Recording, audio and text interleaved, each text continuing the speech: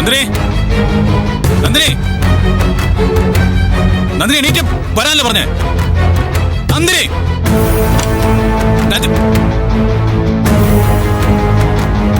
നന്ദിനി എന്താ ഇത്? എടോ താൻ എന്താണോ ഈ റൂമില്? സർ അത് എടോ തനിക്ക് വേണമെങ്കിൽ ഇവിടെ ഉറങ്ങാൻ എത്ര സ്ഥലങ്ങളുണ്ട്. നമ്മുടെ മുറിയിൽ എന്താ പ്രശ്നം? പിന്നെ താൻ എന്തിനാ ഇന്നലെ ഇവിടെ വന്ന് കിടന്നത്? സർ അത് എന്നോട്. ഞാനിങ്ങോട്ട് വന്നേ, ഇങ്ങോട്ട് വരാൻ. സർ ഞാൻ ഇവിടെ സർ വീട് സർ ഞാൻ പറയട്ടെ. സർ തന്നോട് ഇങ്ങോട്ട് വരാനല്ലേ പറഞ്ഞു? ഇവിടെ എവിടെ പോയി? സർ സർ വീട് സർ. നന്ദിനി എന്താ സംഭവിച്ചത്? എന്തിനാ താൻ അവിടെ ചെന്ന് കിടന്നത്? ഞാൻ പറഞ്ഞാ മതിയോ സൂര്യ?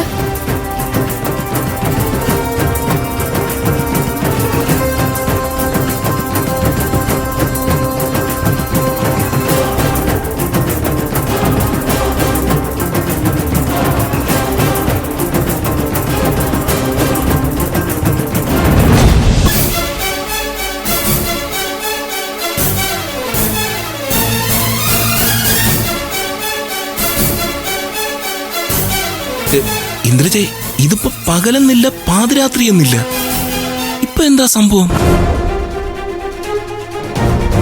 ഇവൾ എന്റെ റൂമിൽ ഉറങ്ങിയതിന്റെ കാരണമാണ് സൂര്യക്ക് അറിയേണ്ടതെങ്കിൽ ഇവളോട് ഞാനാ പറഞ്ഞത്, ഞാനാ നിർബന്ധിച്ചേ. നന്ദിനി നിന്റെ മുറിയിൽ ഇരിക്കേണ്ട കാര്യം എന്തായിരിക്കുന്നേ? ഞാൻ ഈ വീട്ടിലെ ഗസ്റ്റ് അല്ലേ സൂര്യ? അതിഥികളെ സന്തോഷിപ്പിക്കുക, അവരെ ഉറക്കുക എന്നൊക്കെ പറയുന്നത് ഈ കുടുംബത്തിൽ ആരൊക്കെയുണ്ടോ അവരുടെയൊക്കെ ഡ്യൂട്ടി അല്ലേ? പ്രത്യേകിച്ച് ഇവളെ പോലൊരുത്തി അത് ചെയ്തേ പറ്റൂ. നന്ദിനിയെ പോലെ ഒരുത്തി അത് ചെയ്തേ പറ്റൂന്നോ? എന്താ മോൾ അതുകൊണ്ട് ഉദ്ദേശിച്ചത്?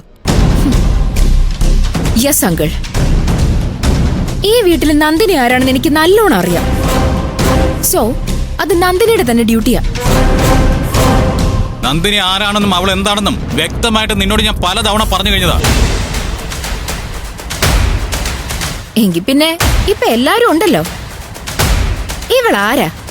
ഇവളുടെ ഈ വീട്ടിലെ സ്ഥാനം എന്താ? പറഞ്ഞു ഓക്കെ ആണെങ്കിൽ നമുക്കതങ്ങ് ഫിക്സ് ചെയ്യാം. മോളെ ഹരിത, നീ എന്തിനാ അത്തരം കാര്യങ്ങളിലൊക്കെ ഇടപെടുന്നേ?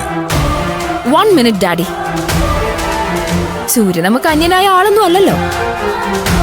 സൂര്യക്ക് ഒരു കാര്യം പറയാനുണ്ടെങ്കിൽ അത് നമ്മൾ കേട്ടല്ലേ പറ്റൂ. പ്രത്യേകിച്ചും സൂര്യ പറയുന്നത് ദേ ഇവളെ കുറിച്ചാ. ഹരിതാ, ഇത്രയും പേരുടെ ഉറക്കം കെടുത്തിയാണ് നീ ബഹളം വെച്ചോണ്ടിരിക്കുന്നത്. അത് നീ മറന്നുപോരുത്.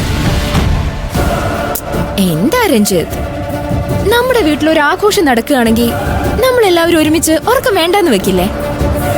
അല്ലേ ഇന്ദ്രേച്ചി? ഒരു കാര്യം ചെയ്യൂ, ഞാൻ സൂര്യയോട് ചോദിക്കാൻ പോകുന്ന ചോദ്യങ്ങളും സൂര്യ പറയാൻ പോകുന്ന ഉത്തരങ്ങളും നമുക്കൊരു എന്റർടൈൻമെന്റ് ആയിട്ട് കണ്ടങ്ങ് നോക്കിയിരിക്കാം.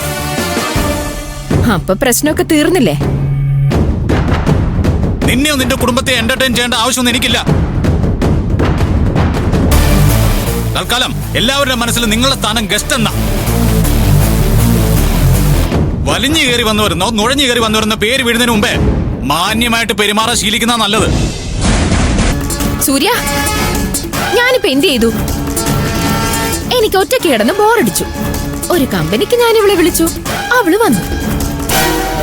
അതിലെന്താടാ ഒരു തെറ്റ്? ഒരു പെൺകുട്ടിയുടെ മുറിയിലേക്കല്ലേ വിളിച്ചത്? ഒരു തെറ്റുമില്ല. അവക്കങ്ങനെ തനിയെ കിടക്കാൻ ബുദ്ധിമുട്ടുണ്ടെങ്കിലേ പത്മാ മേഡത്തിന്റെ കൂടെ ചെന്ന് കിടക്കാം.